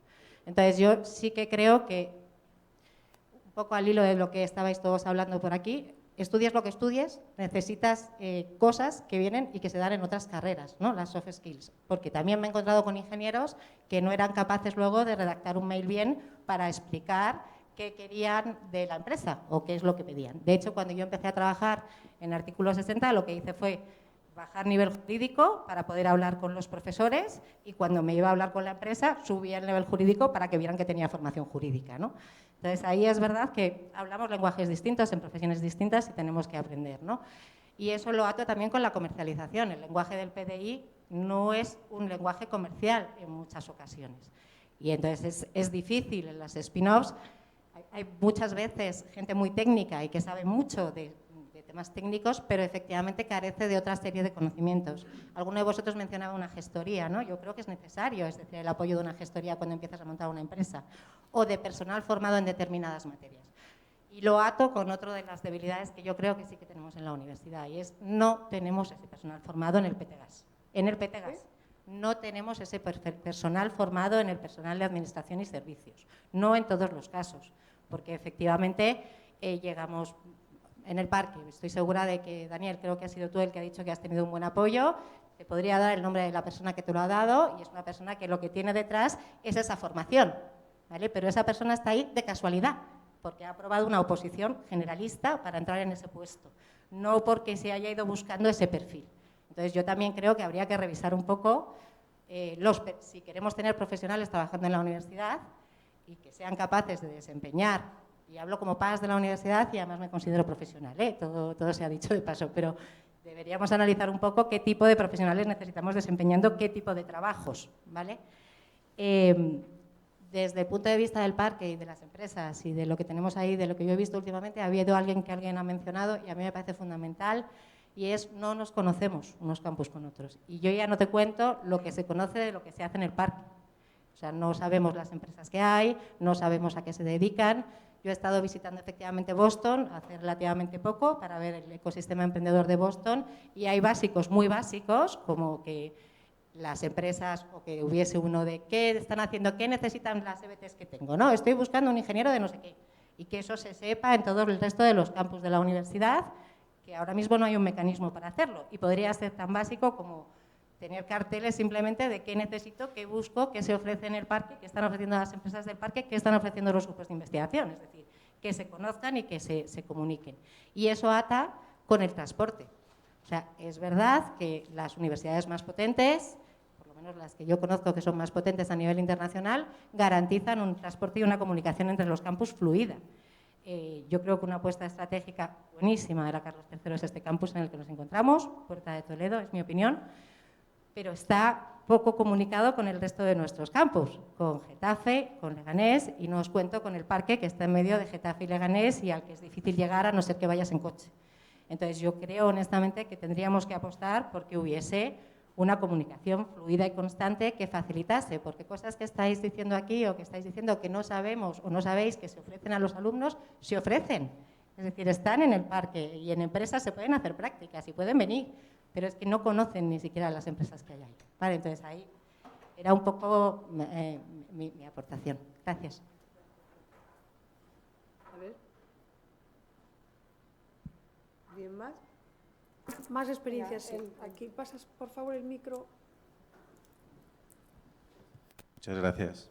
Bueno, me presento, soy César Tello, soy el director general de la Asociación Española de la Economía Digital.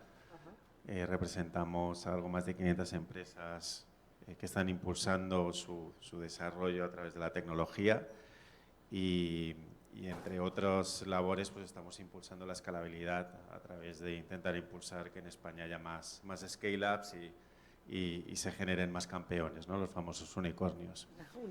Yo lo primero, perdóname porque creo que de todos los que estáis aquí quizás soy el que menos relación tengo con la universidad, así que quizás lo que voy a hablar quizás está un poco más elevado a 10.000 pies de altura, pero quizás también es una visión un poco más relacionada con la parte más estratégica, ¿no? Y quizás no temas tan tácticos como los que se han hablado en alguna ocasión y perdonadme si digo algo o que es polémico o que ya estáis trabajando por mi desconocimiento, ¿no? Yo creo que tenéis una oportunidad, por lo que habéis dicho, ¿no? Estáis en un modelo de universidad muy temprano y muy innovador y además estáis pensando en un plan que tiene que estar muy alineado al final con la Agenda Digital 2030, ¿no? Y en la Agenda Digital 2030 estamos hablando de que en Europa se van a necesitar 20 millones de especialistas TIC.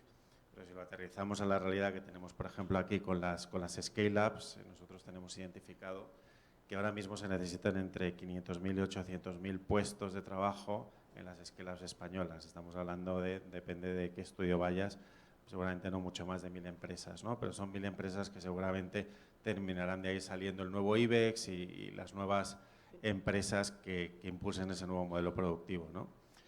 Hablando un poco del tema de las actitudes, cuando hablas con estas empresas y el talento que necesitan, es cierto, seguramente, y no soy sociólogo, para evaluar las actitudes, ¿no?, de las nuevas generaciones, pero os puedo asegurar que ahí tiene el problema contrario, ¿no? Y es que las nuevas generaciones se sienten muy cómodas y es quizás gente ya de mi edad, ¿no?, quien me vería con muchas dificultades para trabajar allí, ¿no? Y ahí sí que veo que hay una desconexión muy clara entre estas empresas y las universidades en general, ¿vale? Ellos tienen muchas necesidades, pero tanto a nivel de formación profesional como a nivel universitario, y a pesar de que se habla mucho de la formación profesional, estudios que hemos hecho con la gente de recursos humanos de estas empresas indican que ellos todavía están priorizando en la formación universitaria, porque tienes una serie de skills, precisamente lo que hablaba, ¿no?, de que te complementan más allá de la parte técnica, que son muy necesarios, ¿no? Toda esa parte de humanismo digital, que si una universidad ahora lo impulsa transversalmente, creo que independientemente de lo que estés estudiando, estas empresas, como dices, si es que estamos haciendo cosas que a veces son tan avanzadas o que van tan rápido, que la formación sabemos que la vamos a tener que trabajar mucho en interno, pero necesitas esas soft skills y esas capacidades básicas, ¿no? Y hay una parte que siempre he echado de menos. Yo soy profesor asociado en estrategia digital en otras universidades privadas en este caso, y muchas veces echo de menos que estas empresas no solo vayan a la bolsa de trabajo o no solo demanden o no solo promocionen en las ferias los puestos de trabajo que tienen, sino que se involucren a nivel de profesor asociado, ¿no? Lo que se decía antes de profesionales que estén trabajando ahí.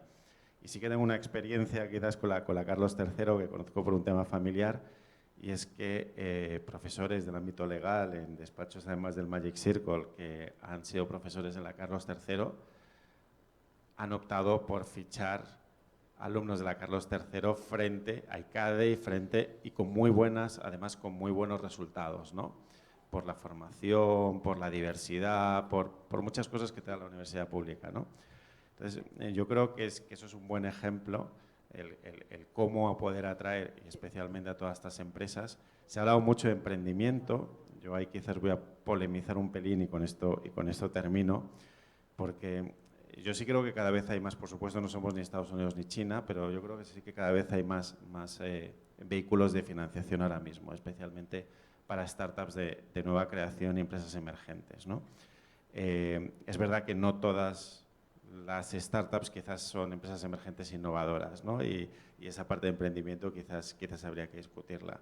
Pero sí es verdad que en un estudio que hemos hecho, un análisis que hemos hecho con Endeavor desde Digital, se ha demostrado que España tiene dos características que son muy relevantes. Una es que tiene más hubs de innovación que otros países europeos. No es solo centrado en Madrid y Barcelona, habéis hablado de País Vasco, Valencia, Málaga, ahora Canarias se está desarrollando mucho.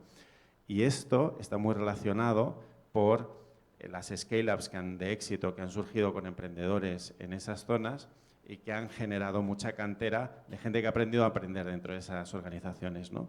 Entonces, por eso insisto que creo que la relación con este tipo de empresas es fundamental a muchísimos niveles de interacción para una universidad. Y por último, en toda la parte de innovación, y obviamente no hablo de la innovación pura de I+D+I, sino quizás en el concepto de innovación más genérico, estamos ahora ante un reto que estamos hablando todo el mundo con la inteligencia artificial, con los datos, de que incluso a nivel regulatorio se va a impulsar mucho el open data, la compartición de datos. Incluso va a venir un Data Act más allá del reglamento de inteligencia artificial, que obviamente con todos los reglamentos de ciberseguridad, de protección de datos, etcétera, pero que va a promover y va a obligar a la compartición de datos, porque resolver los grandes problemas del mundo va a venir de colaborar más con los datos, ¿no? Y yo creo que ahí las universidades tenéis un papel muy, muy importante que jugar. Y quizás a veces, yo tengo la sensación desde este lado, que la universidad, quitando proyectos quizás muy de investigación, más de deep tech quizás, o de temas más concretos sectoriales, quizás jugáis un papel más de el complemento a la empresa, al clúster, y quizás ahí vosotros, que sé que en ese sentido sois muy innovadores, una buena oficina de proyectos que ayude también a buscar esa financiación, hablando de recursos, ¿no?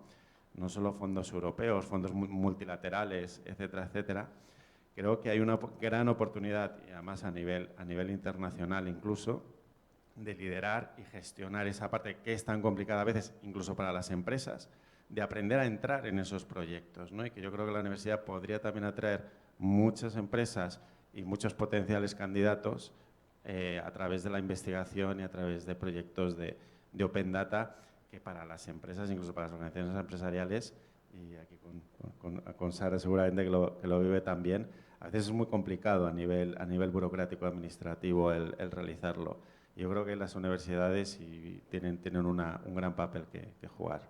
Y no me extiendo más que... Yo no sé cuánto andamos de tiempo. Yo creo que nos quedan 20 minutos. Bueno, 20 minutos. Puede hablar más. Yo querría hablar al final un poquito. Sí, antes de dar la palabra final, venga, ¿alguna experiencia más, Jesús, que querías participar? No, creo que está apagado. José, perdona, José. José. No, tiene que ponerse verde, creo. Ahora. ¿Se me escucha ya? Sí. Bueno, muchas gracias. Mi nombre es José Sanz, soy director de tecnología de Global Incubator. Somos una empresa incubada en el Parque Científico exitosamente. Año 2007 empezamos nuestra relación con la Carlos III y bueno, tenemos oficina en el Parque Científico. Y la verdad que nos hemos nutrido de talento de la Carlos III todos estos años de forma muy satisfactoria. Nosotros, la verdad, estamos muy contentos en general. Bueno, gracias por el foro, evidentemente. Sí quería abrir un poco el debate sobre una cosa muy rápida que hemos comentado, que es el tema del teletrabajo.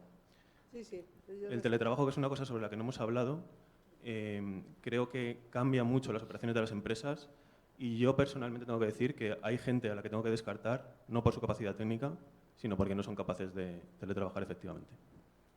Simplemente eso.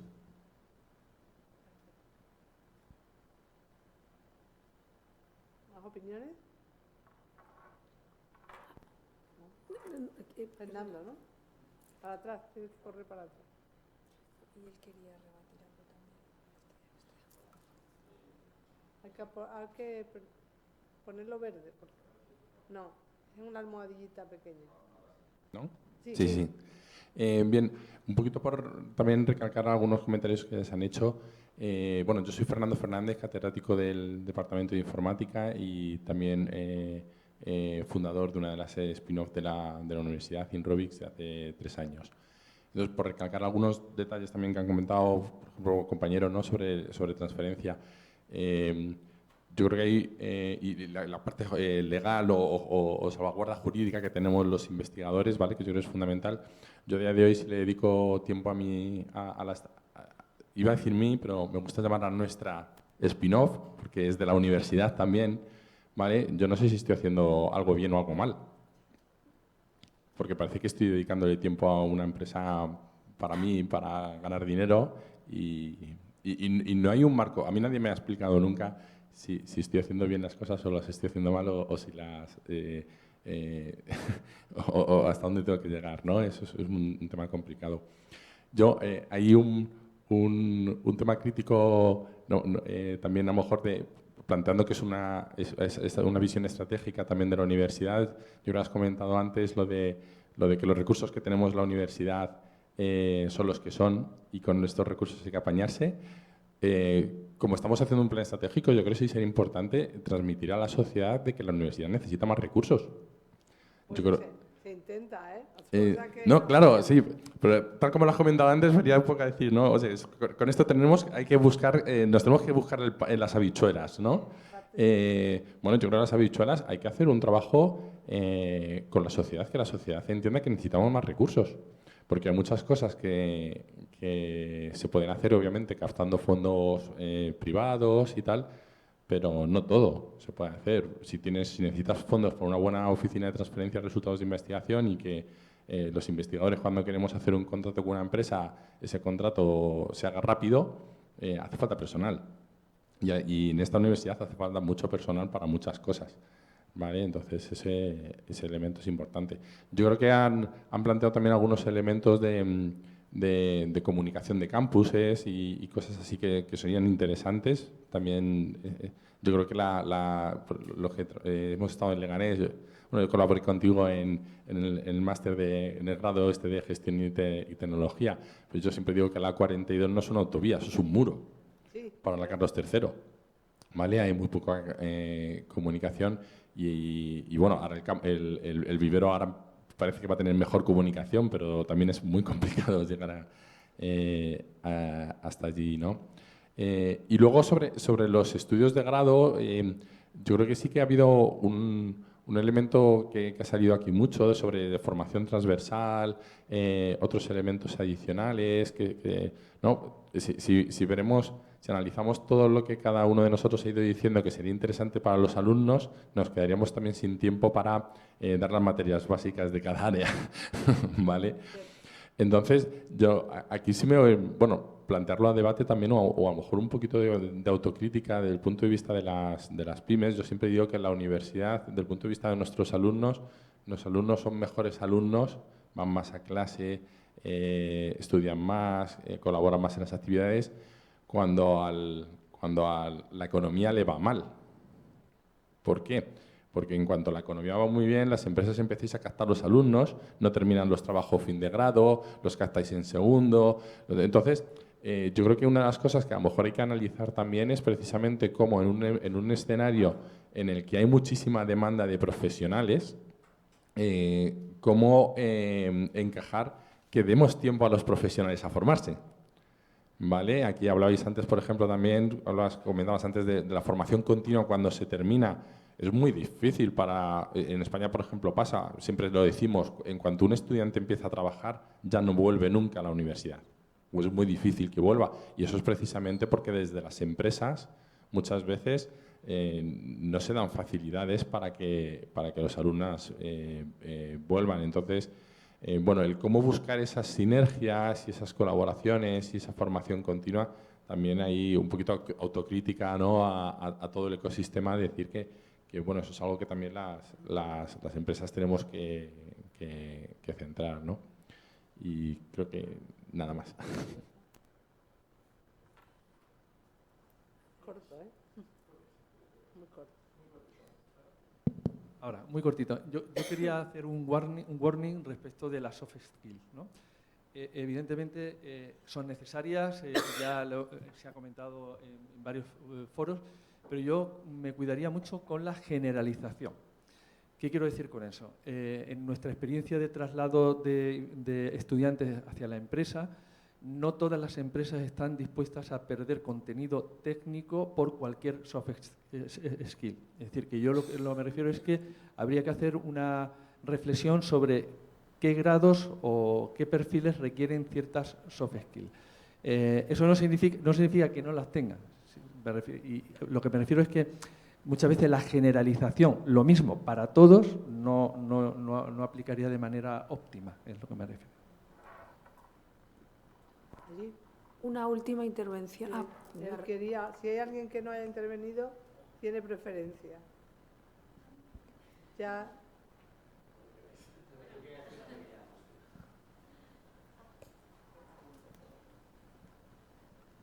¿Sí, no? Sí. Bueno, me presento. Yo pertenezco a la comunidad universitaria, soy personal de Administración y Servicios y estoy en el Consejo Social y representaba a la comunidad universitaria. Una sensación que me llevo de todos vosotros es la formación continua, la formación a lo largo de la vida, aprender, desaprender, volver a aprender. Pregunta, ¿cómo lo conseguimos implementar? Porque va tan rápido el día a día de la empresa que la vorágine y la inercia nos comen. Y cuando intentamos implementar formaciones de un par de días, 3, hasta de una semana, que llegamos a cometer esa locura, es complicado atraer a los profesionales, a gente que podéis tener en vuestros equipos de trabajo. Y no encontramos ese feedback que nos permita dar ese servicio. Lo pedimos, lo demandáis, nosotros creo que tenemos una parte, pero ¿cómo lo conseguimos? ¿Cómo conseguimos parar o cómo conseguís parar la empresa durante 3 días o parte del equipo? ¿Hay alguna idea rápida que podáis transmitirnos? Porque sí que tenemos esa formación continua, pero y no todo es teleformación online y demás. Hay veces que hay que sentarse y charlar. El micro.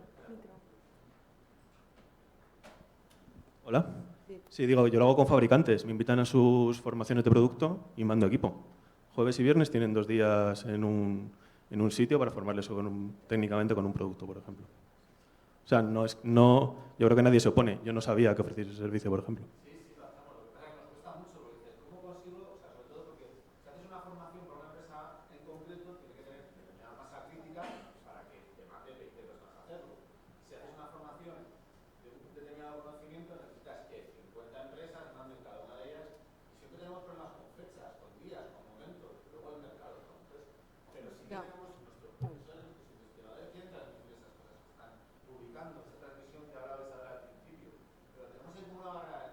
Yo, ya te digo, no era consciente que dabais ese servicio. O sea.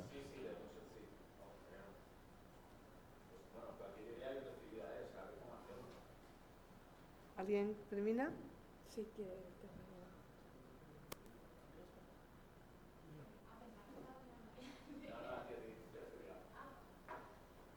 el micro.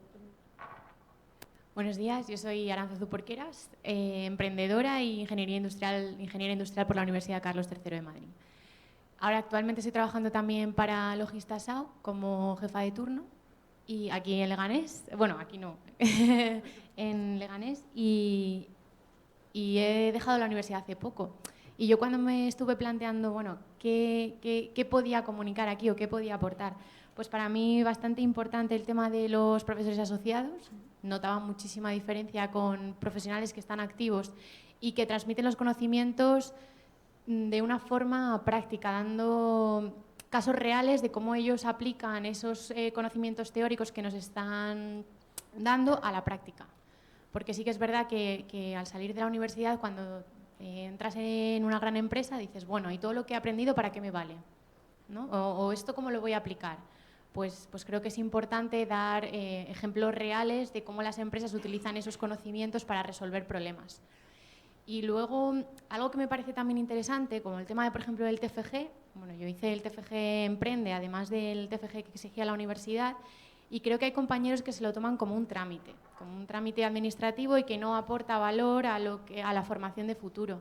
Y creo que sería una oportunidad interesante conectar empresas con ese TFG. Ya sé que se hace, yo de hecho lo hice con una empresa, pero transmitir esa importancia que si una empresa tiene un problema real y lo pone encima de la mesa, creo que ahora en estas edades somos más creativos, tenemos a lo mejor un pensamiento más crítico y esa empresa a lo mejor no puede dedicar esos recursos, algunos recursos que tiene para resolver ese problema, pero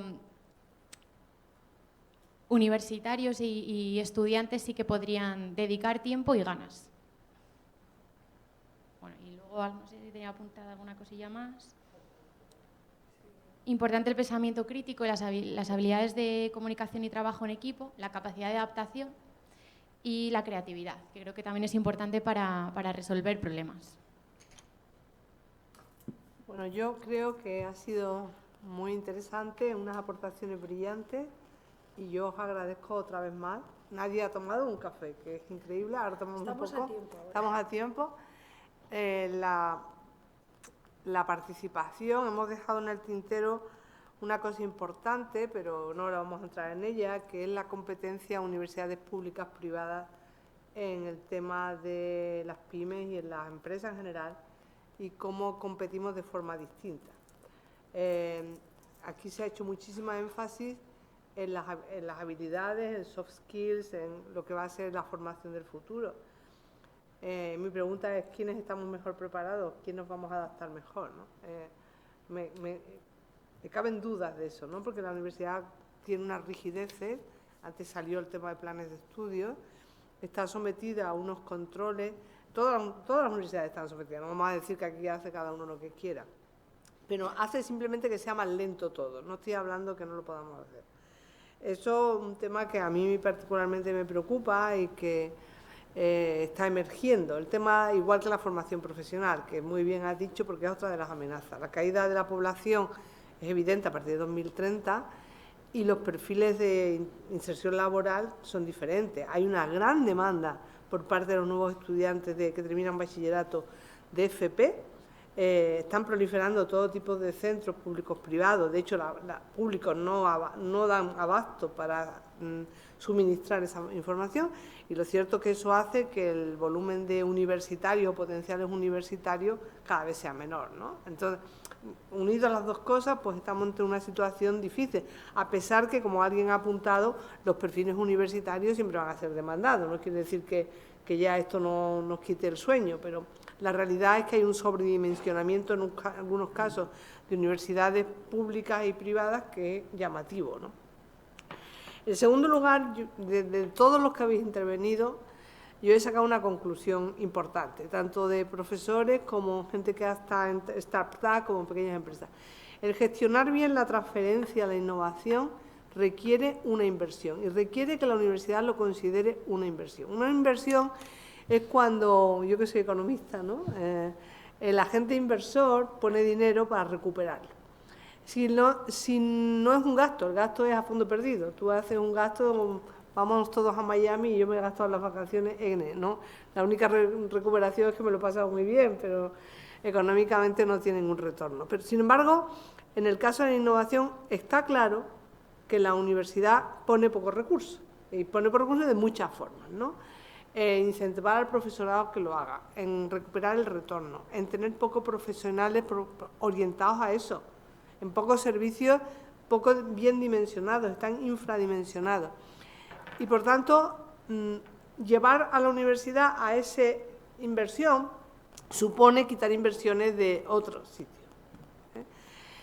El gran reto de las universidades, teniendo en cuenta las dificultades presupuestarias que tenemos ahora mismo en el sistema público, que ya vienen de antaño, no es que sea nuevo, supone abandonar otras prioridades. Y lo que tendría que decir la universidad, ¿cuánto de prioridad es esto? Y para eso está la reflexión que hay que hacer, que tiene que hacer el equipo de gobierno de la universidad. Porque todo vale dinero. Y como el dinero es un juego de suma nula, lo que se pone aquí no se pone allí.